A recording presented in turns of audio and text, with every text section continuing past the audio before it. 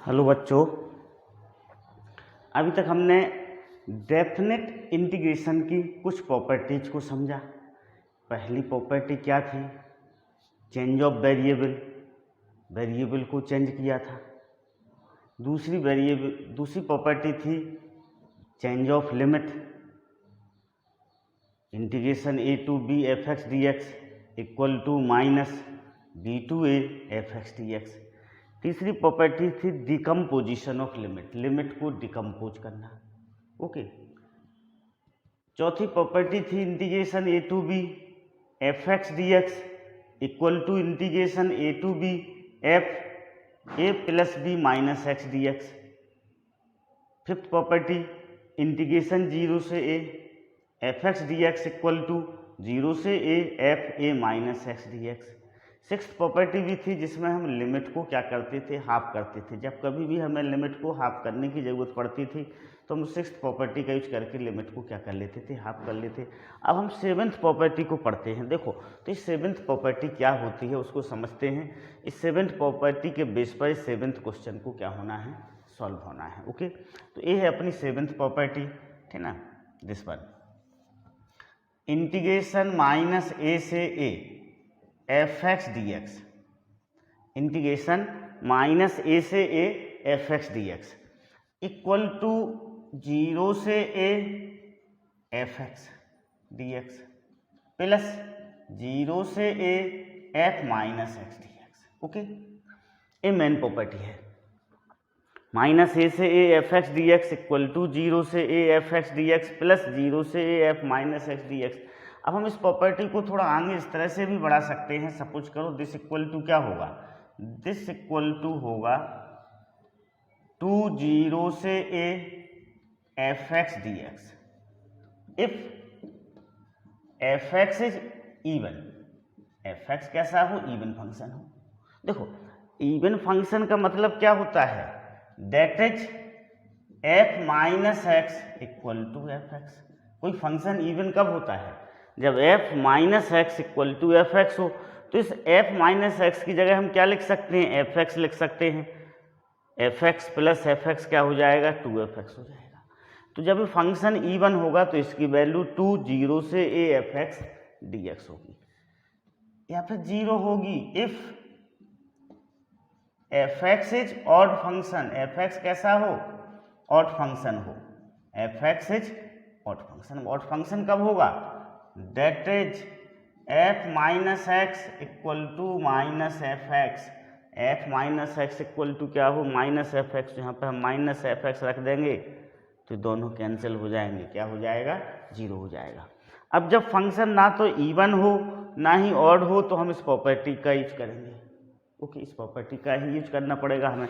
इस प्रॉपर्टी का तो हम तीनों केसेस में यूज कर सकते हैं। इवन फंक्शन में भी यूज कर सकते हैं, ऑड फंक्शन में भी कर सकते हैं। जब कोई फंक्शन ऐसा होता है ना तो जो इवन हो ना ऑड हो तब भी हम इसका यूज करेंगे। ओके, तो किसी का भी यूज हम कर सकते हैं। हम लेते हैं सेवेंथ का first question.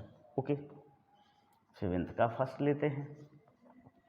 Minus pi by two से pi by two sine raise to power seven x D X. देखो, देखने से ही पता चल रहा है साइन पर ऑड की पावर है। साइन पर कैसी है, ऑड की पावर है, तो ऑड फंक्शन होगा। मीन्स इसका आंसर क्या होगा, जीरो होगा। पर हम इसे बोर्ड एग्जाम में कैसे सॉल्व करेंगे हम उसे समझते हैं। साइन हुआ, टेन हुआ, यदि उस पर ऑड पावर हो तो फंक्शन कैसा होता है, ऑड फंक्शन होता है। ओके, तो इसकी वैल्यू कैसी होगी, जीरो होगी। पर बोर्ड एग्जाम में हम इस प्रॉपर्टी का यूज करेंगे। क्या करेंगे, इस प्रॉपर्टी का यूज करेंगे। ओके, अप्लाइंग दिस प्रॉपर्टी, तो दिस इज जीरो से pi by two sine raise to power seven x D x plus zero से pi by two sine raise to power seven. जहाँ जहाँ एक्स लिखा होगा उधर हम क्या लिखेंगे, माइनस एक्स लिखेंगे, minus x D x. This is zero से pi by two sine raise to power seven x D x. This is zero से पाई बाई टू। अब ये तो साइन आपको पता है, साइन माइनस एक्स क्या होता है, माइनस साइन एक्स होता है। अब इस पर ऑड पावर है तो माइनस बाहर आ जाएगा, sign seven x D x दोनों कैंसिल होके क्या हो जाएगा, जीरो हो जाएगा, क्योंकि माइनस है प्लस है। एक तरीका तो ये है। ऐसे हम इसे सॉल्व कर सकते हैं। दूसरा तरीका आप कैसे सॉल्व करेंगे, आपके दिखाएंगे, लेट कर लेंगे, let f x equal to sine raise to power 7x dx, sorry 7x, okay, f x equal to sine raise to power 7x। अब हम f माइनस एक्स को फाइंड आउट करेंगे, तो this is sine 7 raise to power minus x equal to minus sine 7 raise to power x. तो इससे क्या पता चला हमें, ये पता चला कि f minus x equal to क्या हो जाएगा।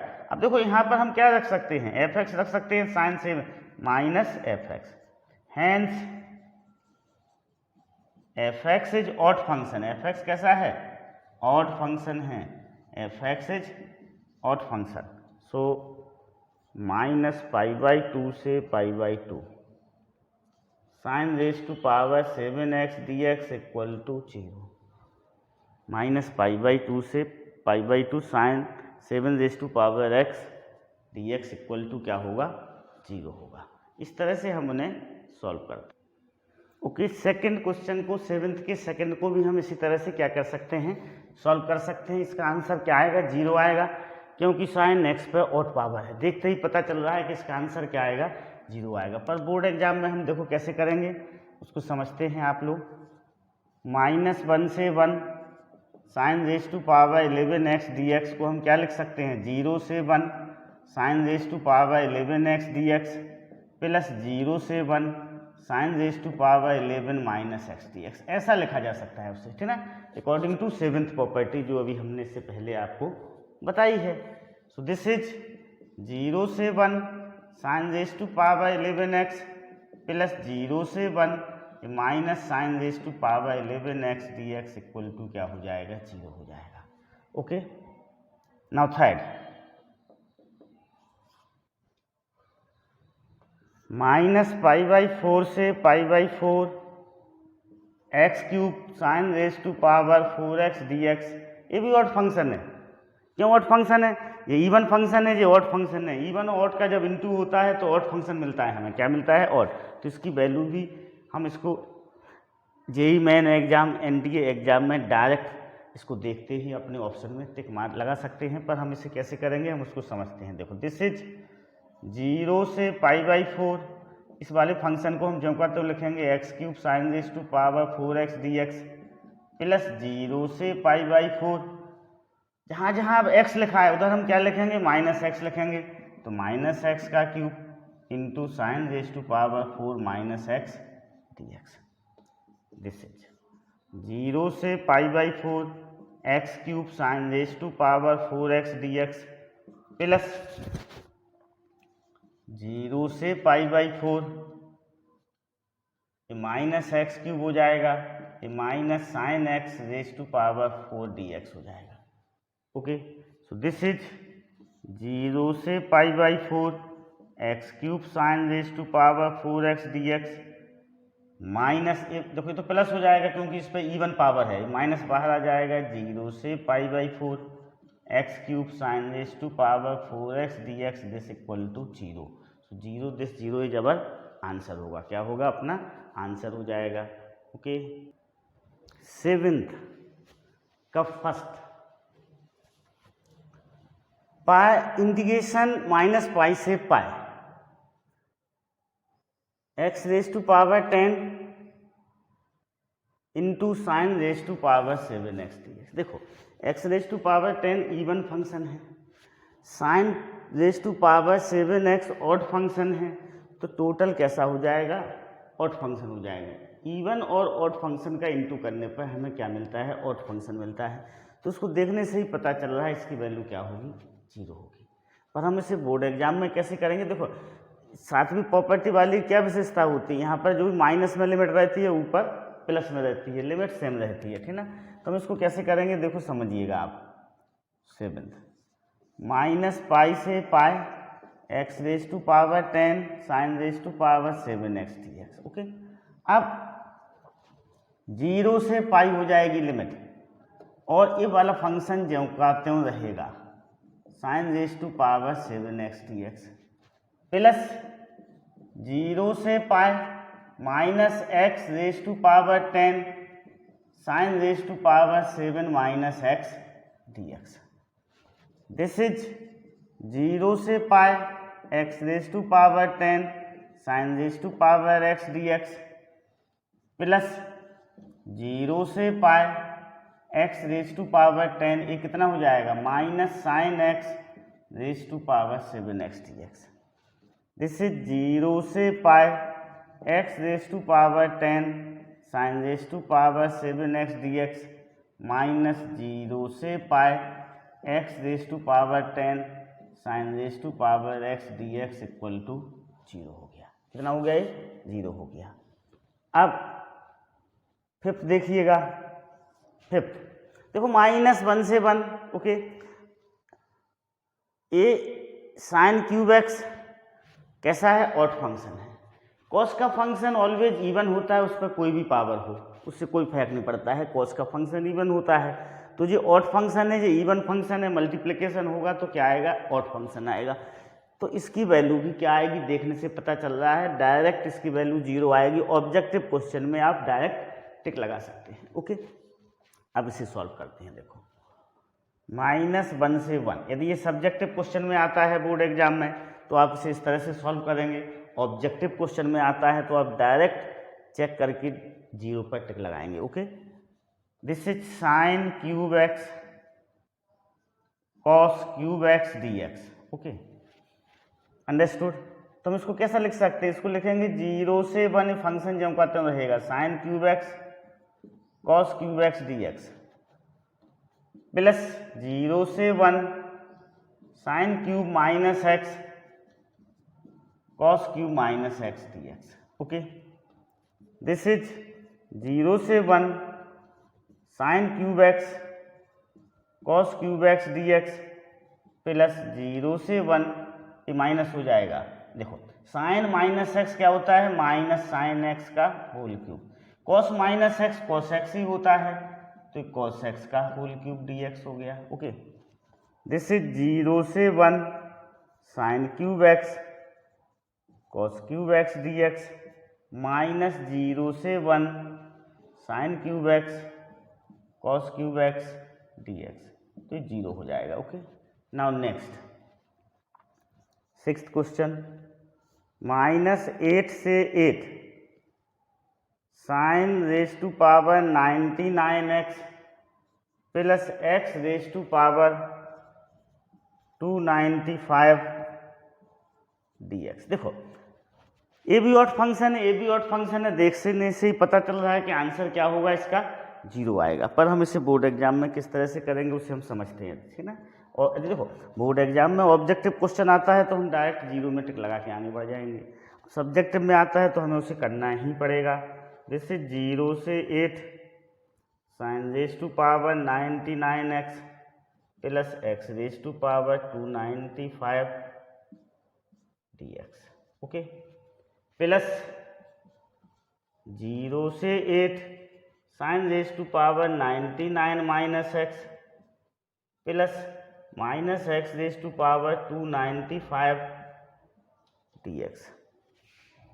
दिस इज 0 से 8 sine raise to power 99x plus x raise to power 295 plus 0 से 8।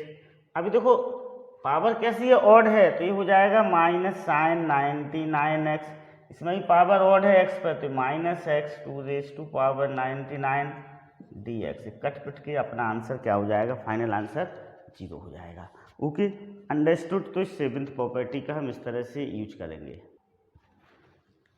इंटीग्रेशन 0 से 2 x square root 2 minus x D x equal to 128 root 2 upon 105, हमें ये प्रूव करना है, ओके। तो देखो इसमें हम 5th वाली प्रॉपर्टी का यूज करेंगे। 5th वाली ये प्रॉपर्टी है अपनी 0 से a f x D x equal to 0 से a f a minus x D x, okay.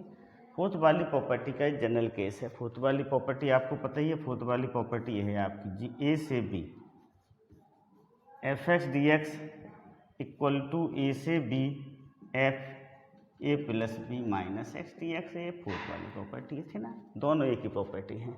ये फोर्थ वाली प्रॉपर्टी का जनरल ओके पर्टिकुलर केस है। अब इसको हम अप्लाई करते हैं, देखो इसमें तो हम आंसर इधर ले लें, लेट इसको आई सब कुछ कर लें, आई इक्वल टू 0 से 2x² 2 minus x D x. अब अप्लाइंग दिस प्रॉपर्टी, इस प्रॉपर्टी को हम अप्लाई करेंगे तो आई इक्वल टू क्या हो जाएगा 0 से 2। अब जहाँ जहाँ x लिखा हुआ है हम वहाँ क्या लिखेंगे 2 माइनस एक्स लिखेंगे, क्या लिखेंगे 2 माइनस एक्स, तो 2 माइनस एक्स का whole square, this is 2 minus x D x. तो आई इक्वल टू हो जाएगा 0 से 2 माइनस एक्स का whole square, this is 2 minus 2 plus x D x. I equal to 0 से 2 माइनस एक्स का whole square into root x D x. Okay, अब हम इसको क्या लिख सकते हैं, इसको लिख सकते हैं आई इक्वल टू 0 से 2, ये हो जाएगा 4 plus x square minus 4x root x D x, ऐसा लिख सकते हैं इसको। Okay, this is I equal to 0 से 2, इसका इसके अंदर इंटू करें तो क्या हो जाएगा 4 रूट एक्स डी एक्स हो जाएगा ये। अब इस रूट एक्स का इससे इंटू करें हम, प्लस 0 से 2 रूट एक्स का एक्स स्क्वायर से इंटू करेंगे तो देखो रूट एक्स का मीनिंग क्या है, चलो लिख लेते हैं इसको फिर करते हैं सॉल्व आगे, ठीक ना, डी एक्स। रूट एक्स का हम इससे इंटू करेंगे तो -4 कॉमन ले सकते हैं आप, 0 से 2 x root x D x, ठीक ना, इस तरह से हो गया। अब आई इक्वल टू 0 से 2 4 कॉमन ले लो, I equal to this is x raise to power 1/2 dx plus 0 से 2 x raise to power 5/2 dx। देखो ये कैसे हो जाएगा हम आपको समझाते हैं इसे, चलो इसको समझाते हैं।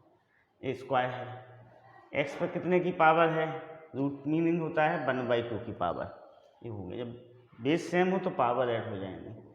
इसी तरह से इसको हम डायरेक्ट लिखते हैं x रेज टू पावर 3/2 लिख सकते हैं, ठीक ना, क्लियर। तो i इक्वल टू 4 0, अब इसको हम इंटीग्रेट करेंगे, क्या करेंगे x रेज टू पावर 1/2 को इंटीग्रेट करेंगे तो ये x raise to power 1/2 plus 1, 1/2 plus 1 क्या होता है 3/2, ये 0 से 2 हो गया, प्लस चलो इसको बाद में लिख लेते हैं हम, x raise to power 5/2 dx लिख लिया हमने इसको, -4 इसका इंटीग्रेशन करेंगे x raise to power 3/2 plus 1/3/2 plus 1। Okay, this is I equal to 8/3 x raise to power 3/2 0 से 2 हो जाएगा। ओके, प्लस इसका हम डायरेक्ट इंटीग्रेशन किए लेते हैं, 5/2 पे 1 ऐड करेंगे तो कितना हो जाएगा 7/2, तो ये हो जाएगा x रेज टू पावर 7/2, बाहर क्या आएगा 2/7 आएगा अपॉन वाला, ओके, माइनस, ठीक ना, दिस इज 4 इंटू 2/5 हो जाएगा, x रेज टू पावर 5/2 0 से 2, यहाँ पर भी 0 से 2। ओके, तो आई इक्वल टू होगा आपका 8/3 2 raise to power 3/2 minus 0 raise to power 3/2। Okay, plus 2/7 2 raise to power 7/2 minus 0 raise to power 7/2 minus 8/5, इसको हम डायरेक्ट लिख लेते हैं 2 रेज टू पावर 5/2। ओके, ये हो जाएगा आपका। अब आई इक्वल टू देखो, आई इक्वल टू क्या होगा, आई इक्वल टू होगा 8/3 तो है ही आपका। अब देखो 2 रेज टू पावर 3/2 को हम 2√2 लिख सकते हैं। देखो यहाँ पर हम समझाते हैं कैसे लिखेंगे, 2 रेज टू पावर, चलो इधर समझाते हैं, 2 रेज टू पावर 3/2 तो 2 रेज टू पावर 1 प्लस 1/2 होगा, 2 raise to power 1 1/2 equal to 2√2 हो जाएगा, ठीक ना, क्लियर। प्लस 2/7, अब ये 2 रेज टू पावर 7/2 को हम क्या लिख सकते हैं, देखो 2⁻³ तो ये 8√2 लिख सकते हैं। क्या लिख सकते हैं इसे हम? 8√2 लिख सकते हैं। -8/5 इसको 2⁻² + 1/2 तो 4√2 लिख सकते हैं। क्या लिख सकते हैं? 4√2 लिख सकते हैं। Okay, understood. अब इसमें से हम कॉमन निकाल लें। क्या क्या कॉमन निकल रहा देखो, √2 कॉमन निकलेगा भाई और 16√2 बाहर निकल जाएगा, तो निकाल लेते हैं। देखो 16√2 बाहर निकाल लिया।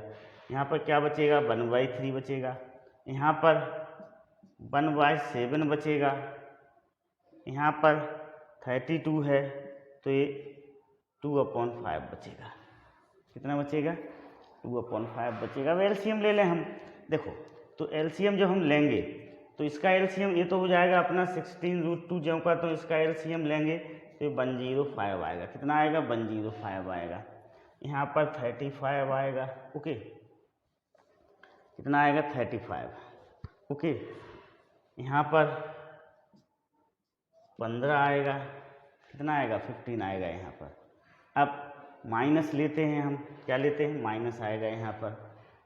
यहाँ पर आएगा -70। क्या हो रहा है? कहीं गड़बड़ हो रहा है क्या? देखो 1 मिनट। ओके, 5 को 105 से डिवाइड करेंगे तो 21 आएगा। 21 2 या 42, तो यहाँ पर 42 होगा। ये 50 - 42 8 हो जाएगा। So this is 16√2 × 8/105 = 128√2/105। This is final answer. ये क्या हो जाएगा? अपना फाइनल आंसर हो जाएगा। Okay, understood. Okay, now 9th 0 से π theta sin² theta cos² theta d theta = π² हमें प्रूव करना है। तो हम इसको क्या ले लेंगे? आई ले लेंगे। क्या ले लेंगे? आई = 0 से π theta sin² theta cos² theta d theta. Okay, अब इसमें हम वही 5th प्रॉपर्टी का यूज करें, 0 से π। ठीक है, ये कितना हो जाएगा? π - थीटा। जहाँ जहाँ थीटा लिखा उधर हम π - थीटा लिखेंगे। sin² π - theta cos² π - theta d theta. = 0 से π theta. This is sin² theta. Okay, देखो ऐसा है, ऐसे समझने से sin π - थीटा sin थीटा होता है, तो sin थीटा का होल स्क्वायर हो गया। cos π - थीटा क्या होता है? -cos थीटा का होल स्क्वायर d थीटा हो गया। ओके, तो = 0 से π theta. This is sin² theta. This is cos² theta d theta. देखो ठीक ना? ओके, अब = 0 से π sin² theta cos² theta d theta -0 से π theta sin² theta cos² theta d theta. अभी आई हो जाएगा। किस इसको हम क्या समझे? आई है। देखो देखने से पता चल रहा है क्या है? सेम आई है। तो ये हो जाएगा यहाँ आके 2i = हो जाएगा 0 से π sin² theta cos² theta d theta. देखो क्या है? 0 से π ये सेम आई है, तो इसकी जगह हमने आई लिखा, फिर हम आई को इस तरफ ले गए तो i + i कितना हो गया? 2i हो गया। ओके, अब 2i = π 0 से π sin² theta cos² theta d theta. ठीक है, ये हो गया। अब हम यहाँ पर चाहें तो लिमिट को हाफ करने वाली प्रॉपर्टी का यूज कर सकते हैं, जिससे लिमिट कैसी हो जाए? हाफ हो जाए। जब कभी भी 0 से π लिमिट आती है तो हम लिमिट को आधा करने से हमें क्या होता है? बेनिफिट होता है। ठीक ना? क्वेश्चन आसानी से सॉल्व हो जाता है। तो हम यहाँ पर अभी पहले हम इसको सिंप्लीफाई करते हैं, फिर देखते हैं लिमिट को आधा करके। 2i = π 0 से π, इसको हम क्या लिख सकते हैं? देखो इसको लिख सकते हैं sin थीटा cos थीटा का होल स्क्वायर d थीटा, ऐसा लिख सकते हैं। = π 0 से पाई। अब sine theta into cos theta को हम 1/2 साइन 2 थीटा का होल स्क्वायर लिख सकते हैं, ऐसा, ठीक ना। तो 2i इक्वल टू क्या होगा, 0 से पाई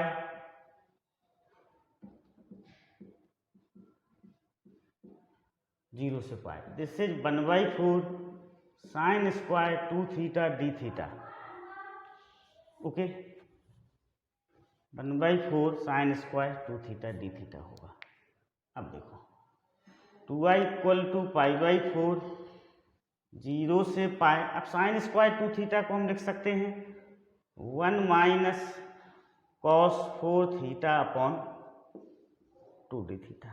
ओके, तो 2i इक्वल टू, अब देखो इसको और सेपरेट कर लें हम, ये π/4 0 से pi 1/2 d theta. Okay, minus π/8 this 0 से pi cos 4 theta d theta, cos 4 theta d theta. Okay, अब देखो 2i equal to this is π/4, इसका डिफरेंशिएट इंटीग्रेशन करेंगे तो θ/2 आएगा, 0 से π/2, 0 से पाई, सॉरी। अब cos 2 थीटा का इंटीग्रेशन क्या होता है, cos 4 थीटा का, this is sign 4 theta upon 4, 0 से पाई। Okay, understood. अब देखो 2i equal to π/4, 2i equal to π/4, इसमें अपर लिमिट रखेंगे तो π/2 minus 0/2, this is minus π/8 into 4 हो जाएगा, साइन 4π माइनस साइन 0 हो जाएगा ये। Okay, this is 2i equal to π²/8 minus π/32। अब साइन 4π की वैल्यू 0 होती है, साइन 0 की वैल्यू भी 0 होती है। देखो साइन nπ की वैल्यू क्या होती है, 0 होती है। साइन nπ, n में कोई भी इंटीजर हो सकता है, साइन nπ की वैल्यू क्या होती है, 0 होती है। तो ये पूरा 0 हो गया, तो 2i इक्वल टू π²/8, इससे क्या पता चलता है, i इक्वल टू π²/16, i की वैल्यू क्या होगी, π²/16 होगी। तो यहाँ पर इस फार्मूले का यूज किया गया, साइन nπ इक्वल टू 0। इसी तरह आपको पता होना चाहिए cos nπ इक्वल टू होता है -1/n। ओके, इस तरह से समझना चाहिए। Okay, understood. तो चैप्टर अपना क्या हुआ, खत्म हुआ।